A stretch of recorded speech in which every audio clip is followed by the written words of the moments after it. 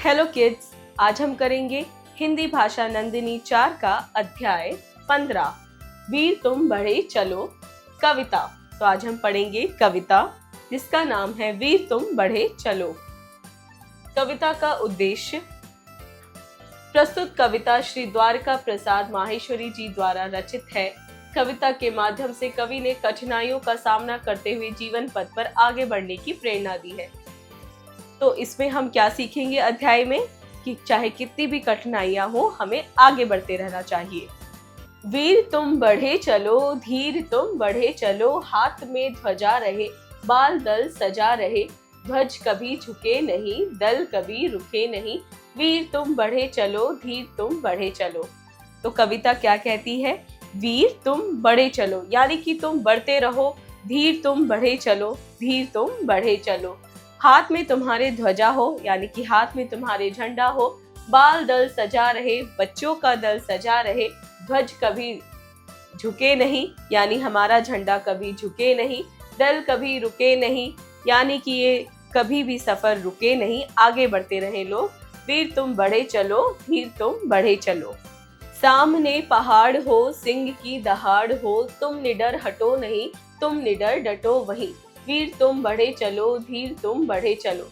चाहे आपके सामने पहाड़ भी क्यों ना आ जाए, चाहे आपके सामने सिंह की दहाड़ क्यों ना हो, यानी कोई शेर क्यों ना हो दहाड़ता हुआ, तब भी तुम वहीं निडर रहो, वहीं निडर होके डटे रहो।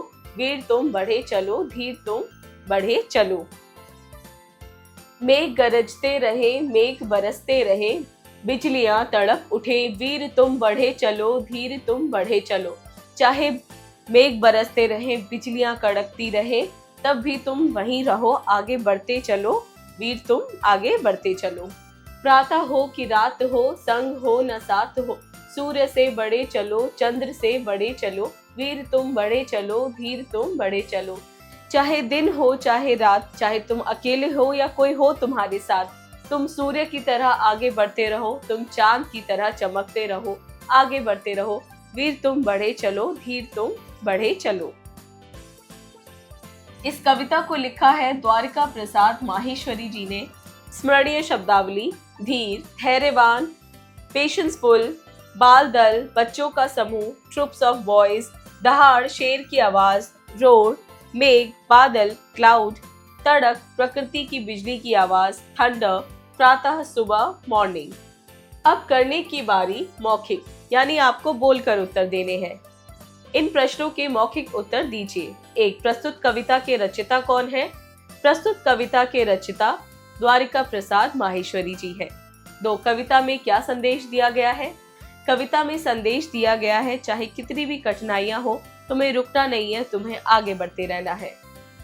लिखित क, कविता को पूर्ण कीजिए। तो बच्चों यहाँ पे क्या दे रखी है? कविता की पंक्तियां दे रखी हैं और आपको इसके बाद में आने वाली पंक्ति को यहाँ लिखना है। सामने पहाड़ हो, सिंह की दहाड़ हो।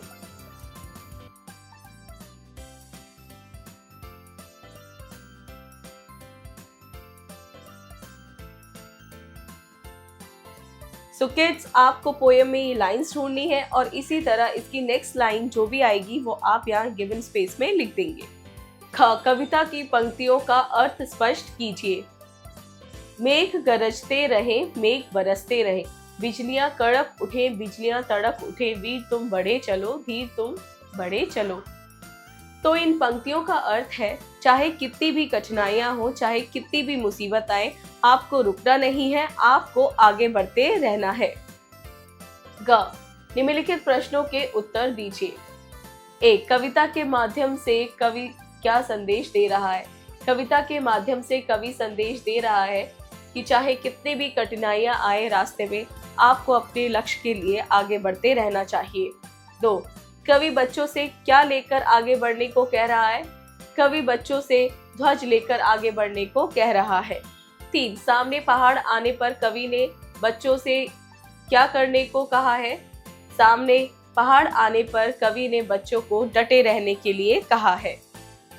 4. मेघ गरजने व बिजलियां कड़कने पर बच्चे क्या करेंगे? मेघ गरजने व बिजलियां कड़कने पर बच्चे आगे बढ़ते चलेंगे। 5. प्रस्तुत कविता के कवि कौन है? प्रस्तुत कविता के कवि द्वारिका प्रसाद माहेश्वरी जी हैं। भाषा की बात व्याकरण से।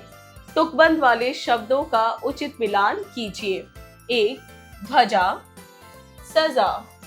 2. झुके, रुके। 3. पहाड़, दहाड़। 4. हटो, डटो। 5. कड़क, तड़क। 6. रात, सात। आओ कुछ करें, कविता को कंठस्थ करके कक्षा में सुनाइए। तो आपको कविता को याद करना है और कक्षा में सुनाना है। इसी के साथ बच्चों आपका ये पाठ हुआ पूरा। मिलते हैं अगली क्लास में।